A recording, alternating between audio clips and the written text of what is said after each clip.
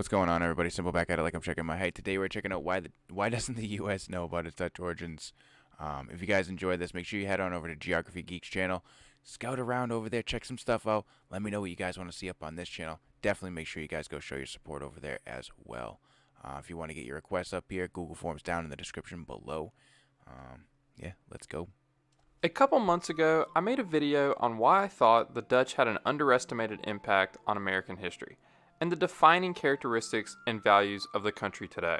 This was done primarily through the Dutch colony of New Netherland, and its settlement of New Amsterdam that served as the seat of the colonial government. This video is kind of part 2 to that one, so if you haven't watched that video yet, I've left a link in the description below.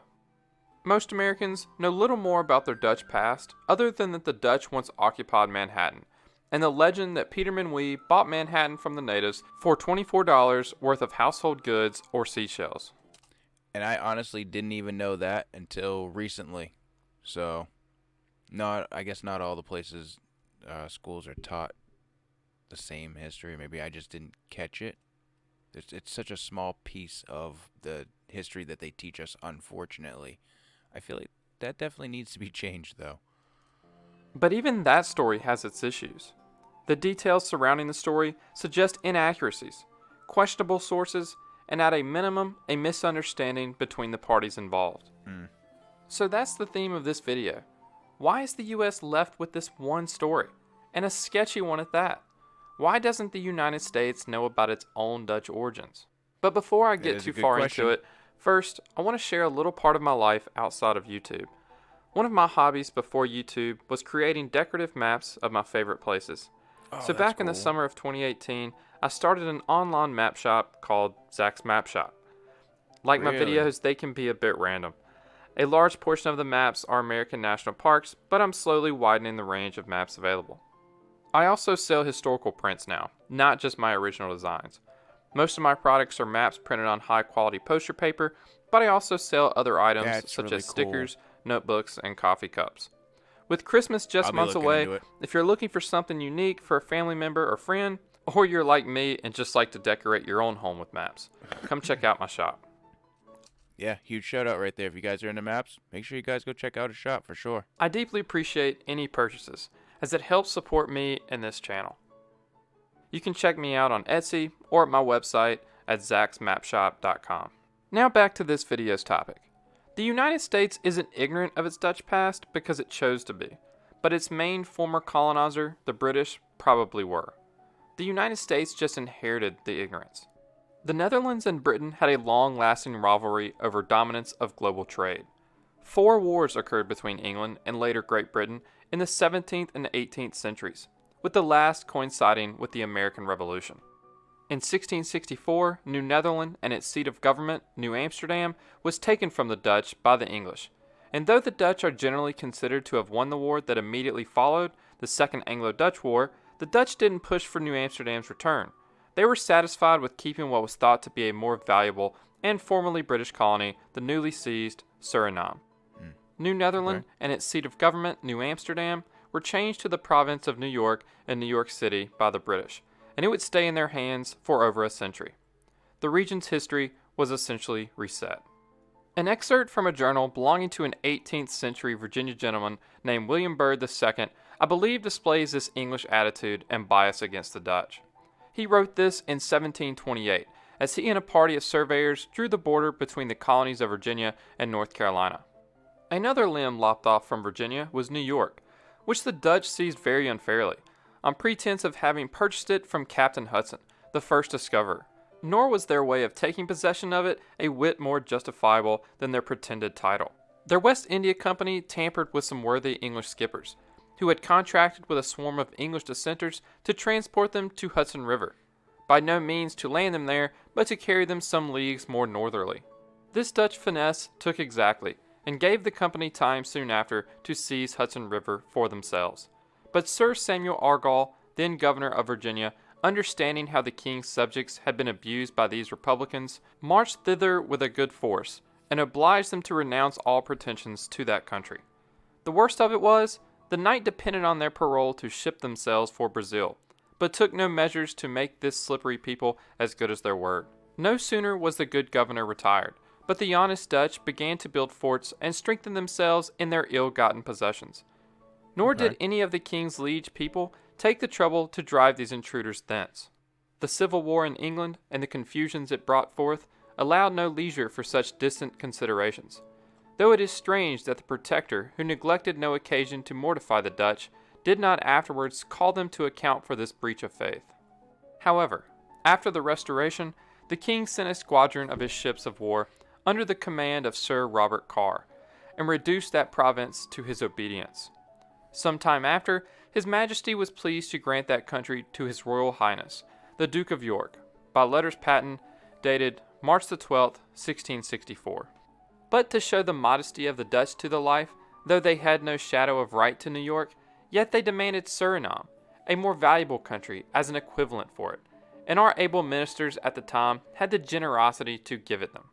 Looking at this excerpt, it appears not just New Netherland, but really anything considered a Dutch success was probably suppressed. This includes the Second and Third Anglo-Dutch Wars, which played significant roles in American history, but are rarely talked about. In 1667, the Netherlands attacked my home state of Virginia at the mouth of the James River as part of the Second Anglo-Dutch War. I've lived in Virginia my entire life, and didn't know this until a few weeks ago when a friend of mine told me that while doing some genealogical research, discovered that one of his ancestors had been killed by a cannonball during the conflict. The fleet that attacked Virginia was led by Abraham Cranston, the same admiral who just months earlier had taken the British colony of Suriname. The Dutch returned to attack at Hampton Roads in the Third Anglo-Dutch War as well. But colonists slowly stopped identifying as Englishmen, and resentment towards the British eventually grew. Independence was declared in 1776 and officially achieved in 1783, which the Dutch actually helped the U.S. achieve. I made a video about this as well. At this point, Americans, having a shared resentment of the British, would have probably been more open to accepting their Dutch history. But after over a century of being a British colony, the Americans naturally inherited the history that was taught, and the most commonly spoken and written language was English, making it difficult to read anything from a Dutch perspective. And English remained by far the most common language in the following 2 centuries after gaining independence, even though today citizens with a majority English ancestry may make up as little as 7.8% of the U.S. population. On top of this, the Dutch language had evolved over those 2 centuries of English rule, adding another barrier to reading historic documents left by New Netherland. New Netherland left behind 12,000 pages of letters, deeds, wills, journal entries, council minutes, and court proceedings, but no one knew what they said. In 1801, a committee headed by who would later be U.S. Vice President to Thomas Jefferson, Aaron Burr, declared that measures ought to be taken to procure a translation, but none were. In the 1820s, a half-blind Dutchman who was not very proficient in English translated the documents, though it was poorly done. Nevertheless, a 1911 fire destroyed the New York State Library along with his translation. Really? In the early 20th century, This is literally all stuff I never knew. Never knew. Thank you. Huge shout out to Geography Geek.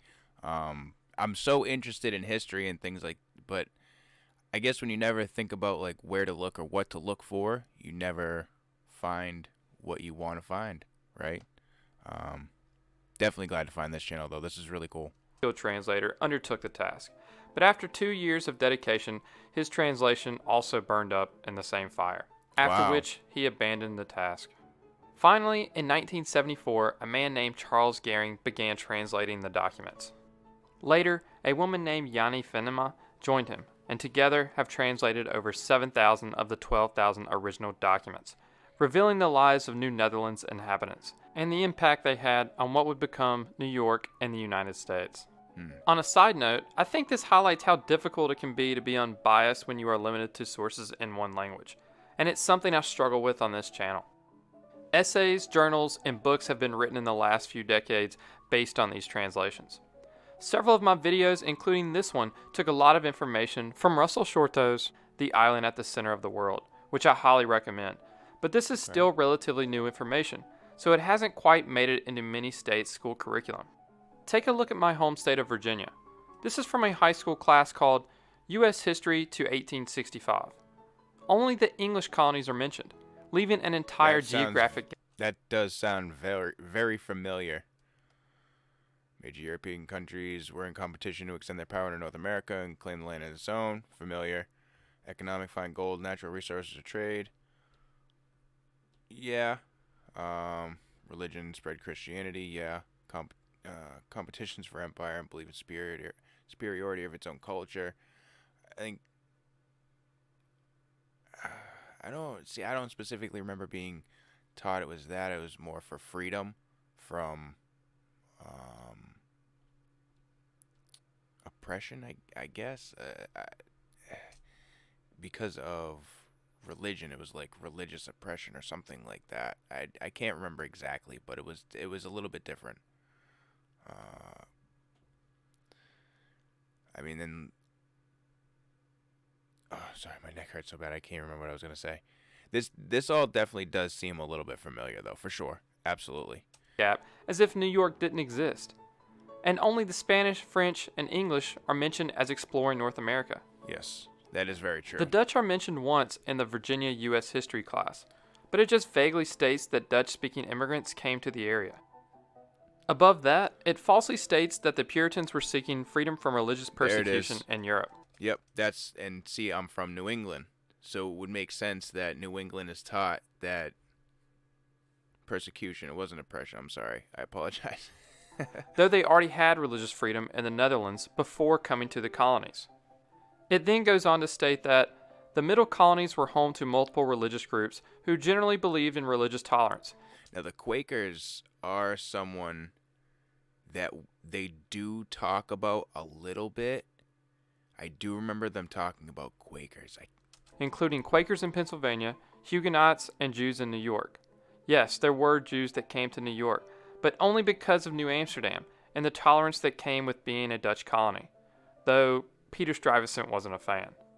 The one state that does appear to recognize the role that the Dutch have played in American history is, of course, New York, especially in more recent times.